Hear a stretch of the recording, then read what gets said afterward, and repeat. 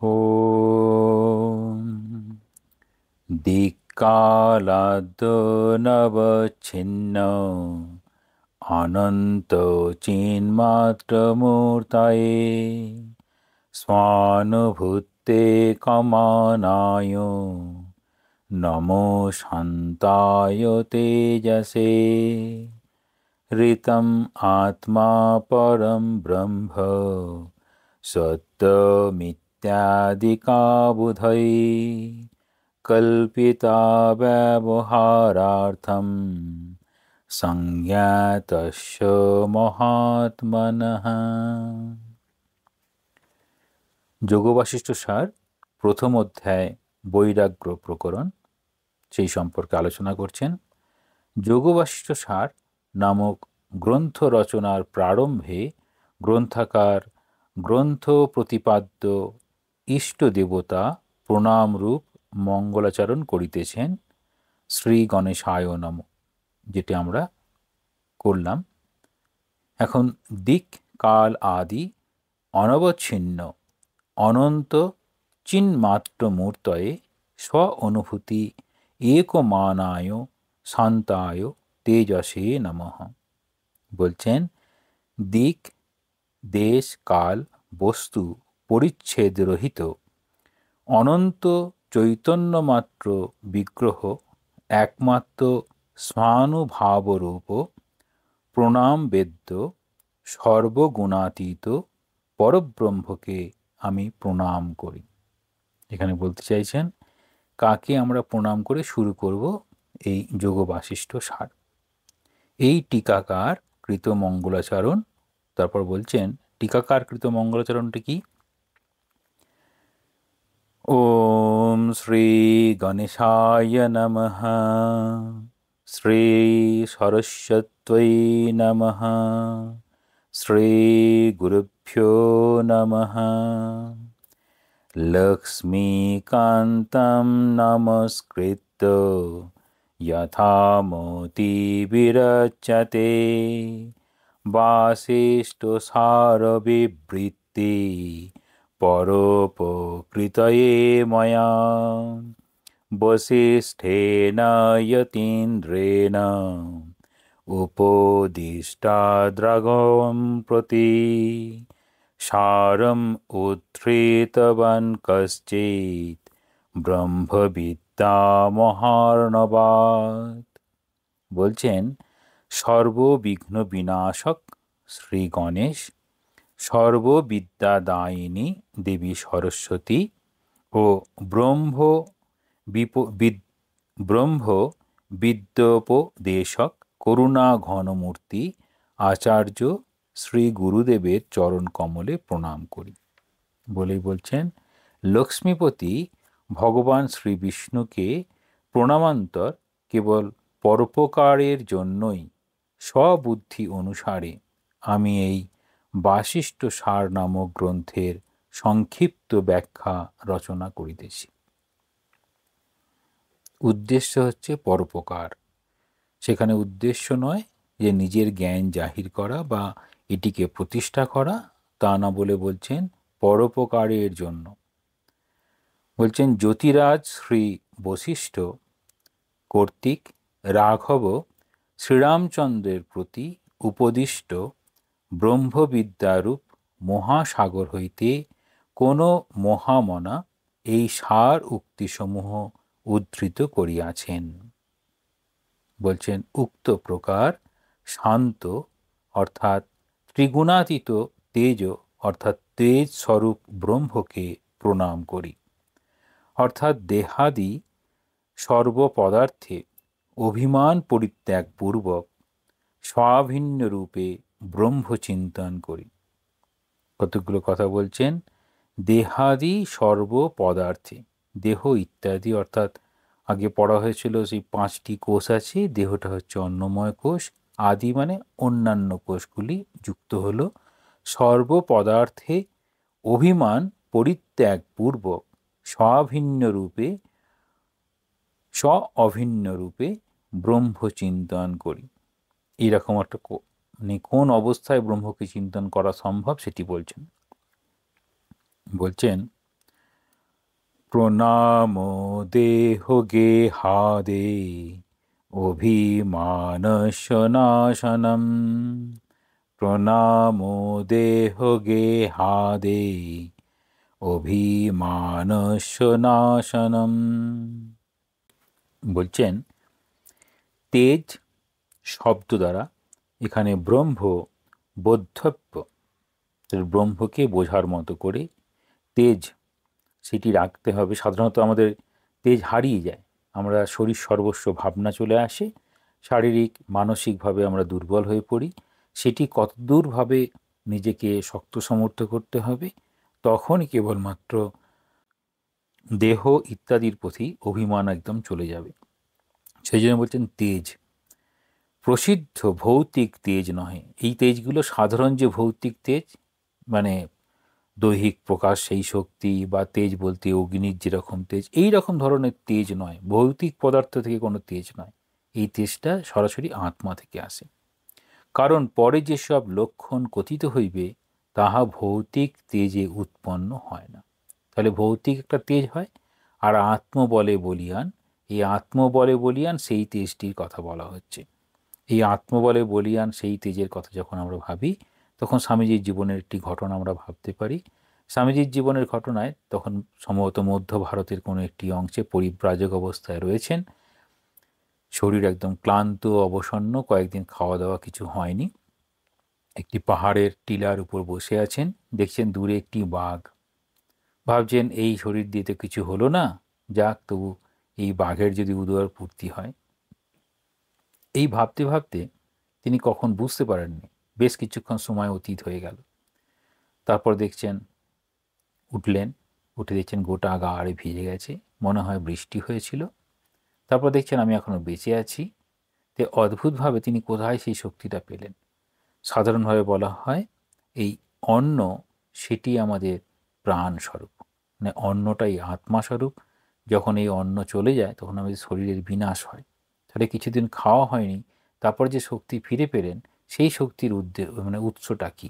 তখন বলা হবে যে আত্মাই সেই শক্তির উদ্দেশ্য, মানে উৎস। তাহলে আত্মা সেই শক্তির উৎস হতে পারে, সেটিকে এখানে সত্যিকারের তেজের কথা বলা হচ্ছে। কি প্রকার তেজ তাহা বলিতেছেন, দিক কাল ইত্যাদি। তাহলে কি বললেন?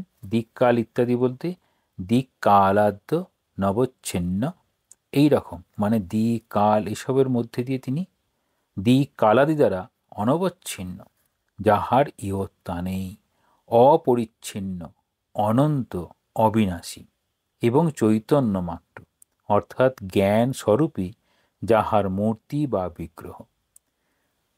এই যে ভৌতিক তেজ না বলে সেই তেজটি কিসের তেজ? সেই আত্মার তেজ। সেই আত্মা বলেই সেটি হচ্ছে দিক কালাদির দ্বারা অনবচ্ছিন্ন। দিক কাল এসব দিয়ে তাকে বিচ্ছিন্ন করা সম্ভব নয়। যাহার ইয়ত্তা নেই, মানে অসীম, অপরিচ্ছিন্ন, অনন্ত, অবিনাশী এবং চৈতন্য মাত্র। অনন্ত, অবিনাশী এবং চৈতন্য মাত্র, অর্থাৎ জ্ঞানস্বরূপী যাহার মূর্তি বা বিগ্রহ। পুনঃ স্বানুভূতি অর্থাৎ সাধকের নিজস্ব অনুভবই যে বিষয়ে একমাত্র প্রমাণ। তোদের প্রমাণ কি? না সাধকের অনুভূতি, এই অনুভব। সেই স্ব অনুভবৈক বেদ্য ব্রহ্মকে প্রণাম করি। কি বলছেন? স্ব অনুভবৈক বেদ্য। শ্রুতি বলিয়াছেন অবচনেন প্রবাচ। এই অবচনেন প্রবাচ মানে কোনো বাক্যের দ্বারা ব্রহ্মকে বর্ণনা করা যায় না। অবচনেন প্রবচ্চ, অবচন অর্থাৎ মৌনই ব্রহ্মের ব্যাখ্যান, অর্থাৎ শব্দ দিয়ে তাকে প্রকাশ করা যায় না। তাহলে শব্দ দিয়ে যদি প্রকাশ করা না যায়, তাহলে কি করা হবে? না মৌন অবস্থায় তার প্রকাশ। এইবার ব্রহ্মসূত্র থেকে বলছেন যে এই মৌন থাকাটাই যে ব্রহ্মের প্রকাশক, সেটি কথায় বলা হয়েছে। বলছেন বাষ্কলীনা চ বার্ধ পৃষ্ঠ সন অবচনেনৈব ব্রহ্ম প্রবাচ ইতি শ্রূয়তে। আবার বলছেন সহোবাচাধিহি ভগবো ব্রহ্মেতি সতুষ্ণীম বভুব তম হ দ্বিতীয়ে বা তৃতীয়ে বা বচন উবাচ ব্রূম খলু ত্বম তু ন বিজানাসি উপশান্তয়ম আত্মা। এবার ব্রহ্মসূত্রের ভাষ্যের কোথা থেকে নেওয়া আছে সেটা বলা হয়েছে। বলছেন, বাষ্কলীকৃত পৃষ্ঠ হইয়া গুরু বার্ধ মৌন দ্বারাই ব্রহ্ম ব্যাখ্যান করিয়াছিলেন। তাহলে ব্রহ্মের স্বরূপ ব্যাখ্যা করতে গিয়ে তিনি কি করেছিলেন? মৌন অবস্থা অবলম্বন করেছিলেন। এইরূপ শ্রুতিতে উক্ত রহিয়াছে। বাষ্কলী গুরু বার্ধকে বলিলেন, হে ভগবান, আমাকে ব্রহ্ম বিষয়ে উপদেশ প্রদান করুন। তাহলে বার্ধ নিরুত্তর রহিলেন। শিষ্য দ্বিতীয় ও তৃতীয়বার একই প্রশ্ন করিলে গুরু বার্ধ বলিলেন, আমি তো উপদেশ দিতেছি, তুমি বুঝিতে পারিতেছ না। আত্মা উপশান্ত স্বরূপ। তাহলে কীরকম বোঝাচ্ছেন? অর্থাৎ যখন যিনি যত বেশি এই যে বিদ্যা দদাতি বিনয়ম বলে বলা আছে, যখন বিদ্যা লাভ করেন তিনি বিনয় হয়ে যান। এখানে ব্রহ্মজ্ঞান লাভ করার পর তিনি চুপ করে যান, যেন সেই ভরাট কলসি আওয়াজ করে না, ঠিক সেই রকম। আগে বলা হয়েছে যে যেখানে শব্দ তার মধ্যে যেমন ফাঁক থেকে যায়, বাদ্যযন্ত্র ঢোলের কথা বলা হয়েছে, ঢোলের মধ্যে সেই ফাঁক আছে কিন্তু পূর্ণ হলে তখন আর আওয়াজ করে না। ঠিক এখানে সেটারই কথা বলছেন যে আমি উপদেশ দিচ্ছি। কে বলছেন? বাষ্কলী গুরু বার্ধকে বলিলেন, হে ভগবান, আমাকে ব্রহ্ম বিষয়ে উপদেশ প্রদান করুন। দুবার তিনবার যখন বলা হলো তখন তিনি বলছেন, আমি তো উপদেশ দিচ্ছি কিন্তু তুমি বুঝতে পারছো না। এই যে উপদেশ দিচ্ছি সেটি হচ্ছে মৌন অবস্থা অবলম্বন করে। বলছেন, বস্তুত অদ্বয় ব্রহ্ম বাক্য মনের অতীত। যেমন ঠাকুর বলছেন ব্রহ্ম উচ্ছিষ্ট হয় না, তাহলে বাক্য মন দিয়ে তাকে প্রকাশ করা সম্ভব হয় না। ব্রহ্ম হচ্ছে বাক্য মনের অতীত। বাক্য দ্বারা তাহাকে প্রকাশ করা যায় না। কিছু বলিতে গেলেই দ্বৈত আসিয়া পড়ে। কিছু বলার যখন চেষ্টা করি, তাহলে যখন আমাদের কোনো কর্মেন্দ্রিয় বা জ্ঞানেন্দ্রিয় কোনো কিছু করছে ভাবছে, তখন সেখানে দুই বিষয় থাকতেই হবে, নইলে সেটি বলাও সম্ভব নয়, বোঝানোও সম্ভব নয়। তাহলে আমি বলছি, তাহলে আমি কাউকে একজনকে বলছি, তাহলে আমি বলছি শুনছি, যখনই কিছু করছি, অর্থাৎ জাগতিক অবস্থায় যখন আসা হবে তখন সর্বদাই সেটি দ্বৈত এই ভাব চলে আসবে। অধ্যারোপ ব্যতীত কিছু বলা যায় না। এই অধ্যারোপ ছাড়া, অধ্যারোপ অধ্যাস এরকম বলা হয়, এই অধ্যাস একটা আসে যার ফলে ভাবগুলো আনা সম্ভব হয়। সেরকম অধ্যারোপ ব্যতীত তাহলে কিছু বলা যায় না। তাই শ্রুতি নানা কল্পিত উপায়ে সেই তত্ত্ব বর্ণনা করিয়াছেন। তাহলে কি বলছেন? শ্রুতি কীরকমভাবে বলছেন না, সেই রকম এই তত্ত্বগুলোকে বর্ণনা করার জন্য কল্পনা করেছেন, বর্ণনা করার জন্য বিশেষ বিশেষ কল্পনা নিয়েছেন। কি বলছেন?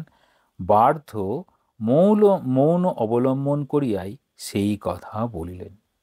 তাহলে এই যে বার্ধ মৌন অবলম্বন করলেন, অর্থাৎ কিছু বললেন না, সেটা দিয়েই বোঝাতে চাইছেন যে ব্রহ্মের স্বরূপ।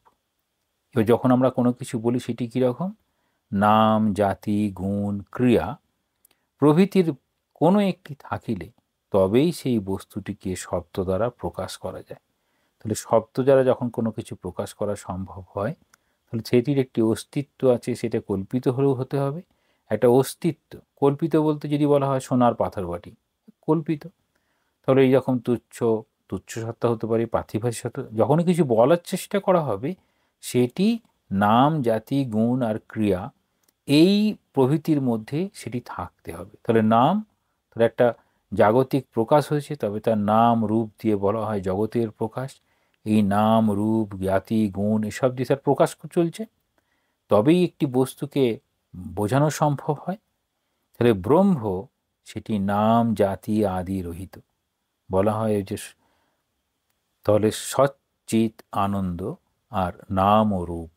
সচ্চিৎ আনন্দ ব্রহ্মের স্বরূপ, নাম রূপ হচ্ছে জগতের স্বরূপ। তাহলে নাম, জাতি আদি ইত্যাদি সেটি হচ্ছে জগতের প্রকাশ। ব্রহ্ম নাম জাতি আদি রহিত, কারণ সেটি হচ্ছে সচ্চিৎ আনন্দ তার স্বরূপ। অতএব শব্দের অগোচর, শব্দ দিয়ে তাকে প্রকাশ করা সম্ভব নয়। শ্রীরামচন্দ্র কিন্তু শ্রী বশিষ্ঠদেবকে বলিয়াছিলেন, যদি মৌন অবলম্বন করিয়াই তত্ত্ব বুঝাইবার উদ্দেশ্য সিদ্ধ হয়, তবে আপনি আমাকে এত উপদেশ দিলেন কেন? এটা একদম ঠিক ঠিক প্রশ্ন। তাহলে প্রশ্ন কীরকম করছেন?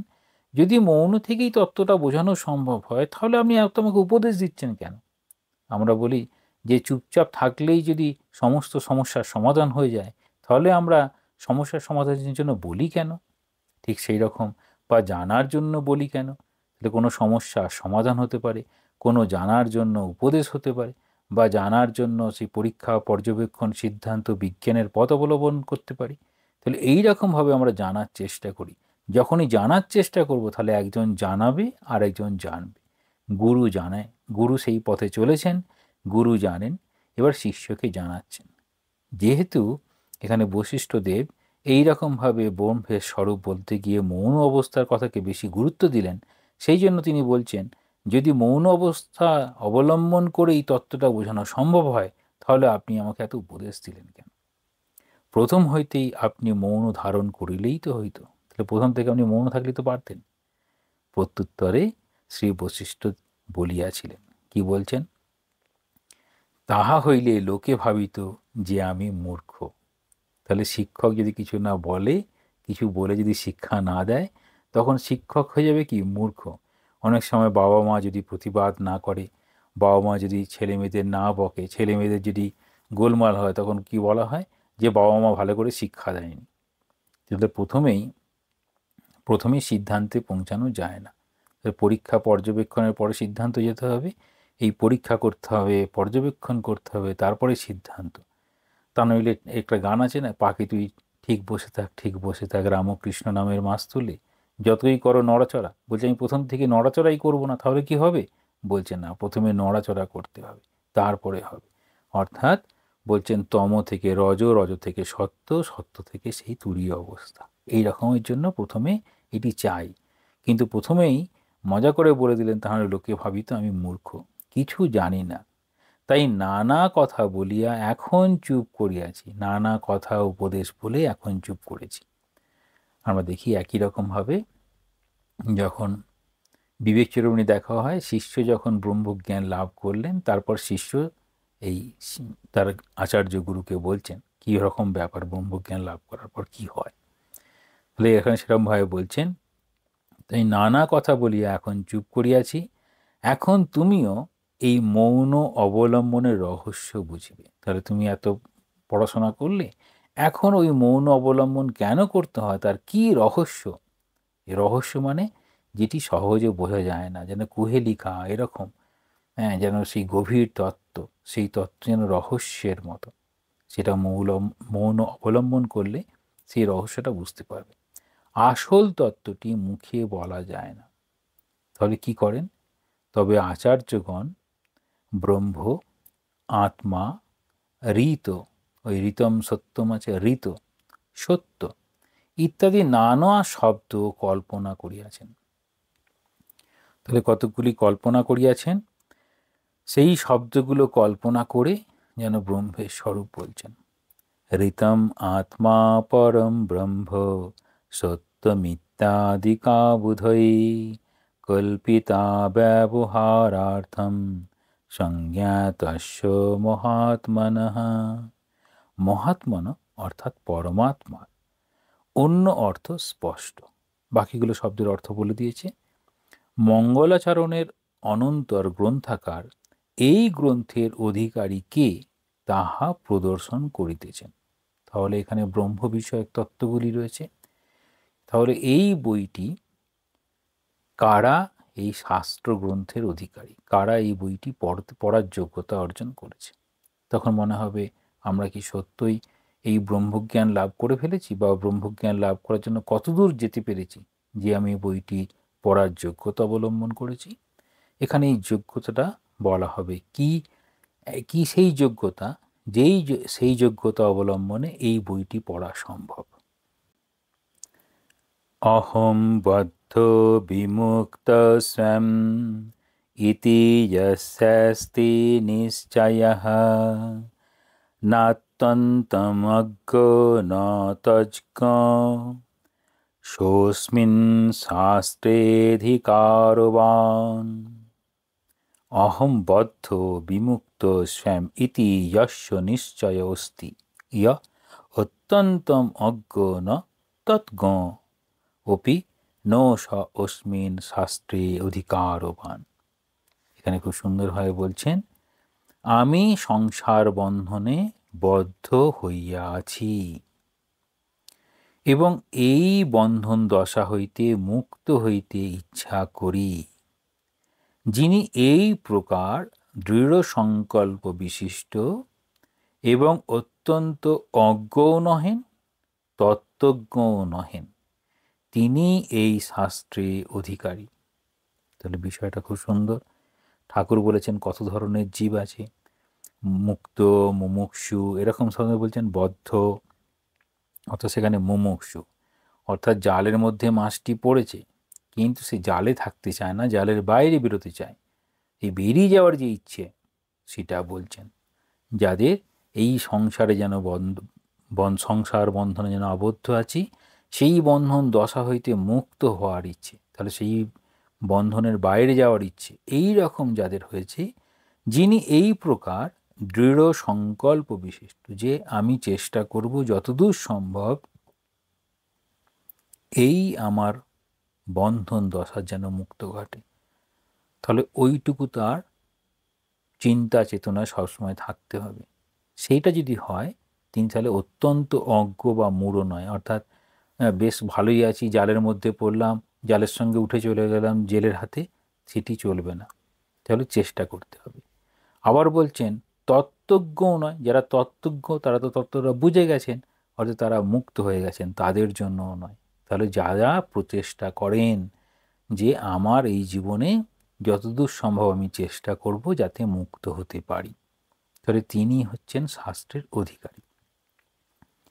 তাহলে বন্ধন দশা, এটি প্রাণে প্রাণে বোধ করা যে বর্তমানে বন্ধন দশার মধ্যে রয়েছি, আর সেই বন্ধন দশা থেকে আমাকেই মুক্তির পথে চলতে হবে। এবার বলছেন আমি রাগ দেশাদির দ্বারা বদ্ধ, তাহলে আমি যে বদ্ধ আছি, আমার যে বন্ধন দশার কারণ, আমার বদ্ধ অবস্থায় আমার কে কে বদ্ধ করেছে না, রাগ, দেশ ইত্যাদি। রাগ হচ্ছে অনুরাগ, দেশ হচ্ছে বিদ্বেষ, তাহলে অনুরাগ হলো, বিরাগ হলো এই ভালো লাগা আর মন্দ লাগা। তাহলে ভালো মন্দ আমাদের সবসময় কি হয়, ভালো লাগলে পরে সেটাকে ধরে রাখি, মন্দ লাগলে পরে সেটাকে সরে আসি। তাহলে এই ভাবগুলো সবগুলো যেন আমাদের উপাধি, সেই উপাধিগুলো আমাদের সঙ্গে যুক্ত হয়ে যায়, সেটি আমাকে যেন ধরে রাখে। আমি রাগ দেশাদির দ্বারা বদ্ধ, কি প্রকারে মুক্ত হইব? যিনি এই প্রকার ভাবনা বিশিষ্ট, তিনি এই শাস্ত্রে অধিকারী। তাহলে কি বলছেন, আমি কি প্রকারে মুক্ত হইব? আমার বর্তমান এই জীবনের অবস্থায় আমি যেন মুক্ত হতে পারছি না, বা আমি মুক্ত নই, কিন্তু আমাকে মুক্তি লাভ করতে হবে, এই রকম যার অবস্থা, তিনি এই শাস্ত্রের অধিকারী।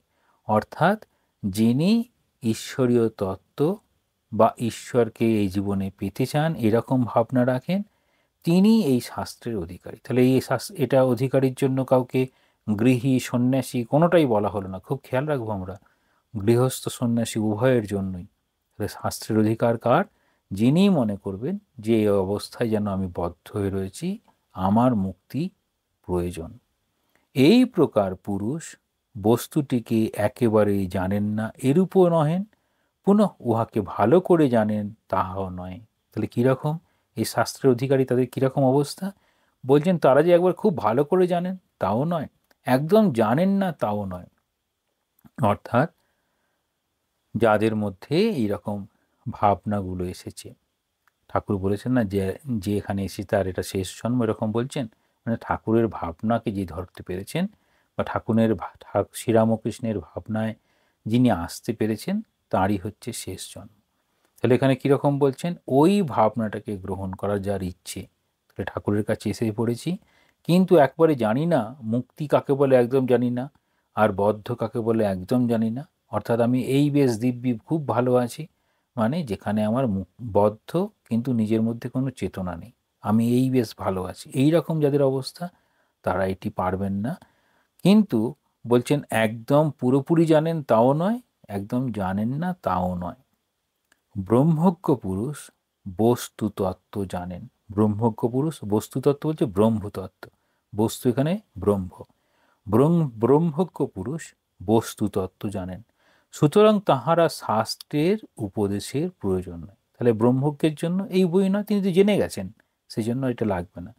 আর ঘোর বিষয় অর্থাৎ যিনি বিষয়ানন্দেই থাকতে চান, পামর দিগকে পামর বলে বলছেন, মানে ঘোর বিষয়, যিনি বিষয়ের মধ্যেই আনন্দ পেতে চান, বিষয়ের বাইরে যিনি যেতে চান না, সেই পামর দিগকে উপদেশ দেওয়াও ব্যর্থ, তিনি বিষয়ের বাইরে যেতে চাইবেন না, সুতরাং তাহারাও অধিকারী নয়েন। অতএব যিনি তত্ত্ব বিষয়ে কিঞ্চিত অবগত আছেন, তত্ত্ব বিষয় বলতে এই ব্রহ্মের স্বরূপ যা যা পড়া হয়েছে সেই বিষয়ে কিঞ্চিত অবগত আছেন, এইরূপ বিবেকী পুরুষই বেদান্ত উপদেশ শ্রবণের অধিকারী। তাহলে কারা অধিকারী সেটি বলছেন, বেদান্তের অধিকারী কারা। এখানে দেখুন যে কারণে খুব সুন্দরভাবে কোথায় বলছেন জানেন, সুন্দরভাবে বলছেন, অনুবাদক বলছেন তার প্রাক কথনে একদম শেষের দিকে, পঞ্চদশী বিবেক চূড়ামণি আদি প্রক্রিয়া গ্রন্থ অর্থাৎ প্রকরণ গ্রন্থ অধ্যয়নের পর এই গ্রন্থ অধ্যয়ন করিলে পাঠক ইহার মাধুর্য অধিক উপলব্ধি করিতে পারিবেন। অর্থাৎ যিনি এর আগে এই ধরনের বেদান্তের ছোট ছোট বইগুলো পড়েছেন, বা বিবেক চূড়ামণি যদি বড় বই, পঞ্চদশীও তাই, অর্থাৎ এই বইগুলো পড়ার পরে মনে হয়েছে যে এটি কীভাবে সম্ভব। আর এই বইয়ের একটা বিশেষ বৈশিষ্ট্য কি না, সংসারে থেকেও এই বিষয়টি লাভ করা সম্ভব। তো সংসারে থেকে লাভ করা সম্ভব সেটি একটি বড় কথা, বা সংসারে কিভাবে থাকতে হবে এই জ্ঞান লাভ করে সেটি বিশেষভাবে বলেছেন। আর এরপরে এই অধিকারী এসবগুলো আমরা পরের দিন দেখব। আজকের দিনে আরেকবার দেখে নেওয়া যাক কী কী পড়া হলো। সেটি হচ্ছে এখানে বলা হচ্ছে ব্রহ্মের স্বরূপ বলতে গিয়ে বলছেন, দিক্কালাদ্য নবচ্ছিন্না অনন্ত চিন্মাত্র মূর্তয়ে স্বানুভূতি কমানায় নম শান্তায় তেজসে। অর্থাৎ এই দিক কাল, দিক দেশ কাল বস্তু পরিচ্ছেদ রূপ পরিচ্ছেদ রহিত অনন্ত চৈতন্য মাত্র বিগ্রহ একমাত্র স্বানুভাবরূপ প্রমাণ বেদ্য সর্বগুণাতীত পরব্রহ্মকে আমি প্রণাম করি। পরব্রহ্মের স্বরূপ বলছেন তিনি কীরকম না, দিক কাল আদি অনবচ্ছিন্ন, মানে কোনো কিছু দ্বারা তিনি, তাহলে কি হচ্ছে, যেমন বলা হয় ব্রহ্মের স্বরূপ তিনি নিত্য শুদ্ধ বুদ্ধ মুক্ত সত্য স্বভাব পরমানন্দ অনন্ত অদ্বয়, তাহলে এইসবগুলো বলা হচ্ছে এখানে। সেই রকম ব্রহ্মকে, পরব্রহ্মকে আমি প্রণাম করি, প্রণাম করছেন। তারপরে শ্রী গণেশ, শ্রী সরস্বতী আর গুরু চরণে প্রণাম করে তারপর এই বইটি পড়ার যিনি রচনা করছেন রচনা করলেন। রচনা করার পরে বলছেন কীরকমভাবে থাকেন, শ্রুতি বলিয়াছেন অবচনেন প্রবাচ। ব্রহ্মের স্বরূপ বলতে গিয়ে বলছেন বাক্য দ্বারা ব্রহ্মকে বর্ণনা করা যায় না। তাহলে ব্রহ্মকে বর্ণনা করা যায় না দিয়েই এইবার ব্রহ্মসূত্রের ভাষ্য থেকে অংশ বললেন। আবার শেষে বলছেন আসল তত্ত্বটা কি না, তিনি হচ্ছেন ব্রহ্মের স্বরূপ, না ঋতম আত্মা পরম ব্রহ্ম সত্য মিথ্যা আদিকা বুধই কল্পিতা ব্যবহারার্থম সংজ্ঞাতস্য মহাত্মানা। তাহলে এরকমভাবে বলছেন যে এবার বলার পরে বললেন অধিকারী কে। তাহলে বৈরাগ্য প্রকরণের প্রথমেই বলে দেওয়া হলো যে এই বইটি কাদের জন্য প্রযোজ্য, সেটা বলতে গিয়ে বলছেন যারা নিজেদেরকে মনে করেন যে আমি সংসার বন্ধনে আছি, কিন্তু আমার এই সংসার বন্ধনের মোচনটা আমাকেই করতে হবে, সংসার বন্ধনের বাইরে আমাকেই যেতে হবে, এরকম একটা প্রবল ইচ্ছে জন্মেছে। সেই প্রবল ইচ্ছা থেকে সংকল্প তৈরি হয়েছে, সেই দৃঢ় সংকল্প নিয়ে তিনি চলেছেন। যিনি চলেছেন তাকে কি খুব জ্ঞানী হতে হবে? বলছেন তা নয়। একদম অজ্ঞ হতে পারবে তাও নয়, মাঝামাঝি অবস্থা, মানে মধ্যপন্থা অবলম্বনে যেমন বলা হয় ঠিক সেই রকম। অত্যন্ত অজ্ঞ মানে মূঢ় ব্যক্তি কোনোভাবেই হয় না। এখানে পরবর্তীতে বলবে কার কীরকম বুদ্ধি, কীরকম বুদ্ধিতে হয়, বুদ্ধির স্বরূপ রয়েছে। তাহলে অত্যন্ত অজ্ঞ নহেন এরকম হতে হবে। আবার তত্ত্বজ্ঞ, যার জানা হয়ে গেছে, তাহলে যিনি জেনে গেছেন তার তো আর প্রয়োজন নেই।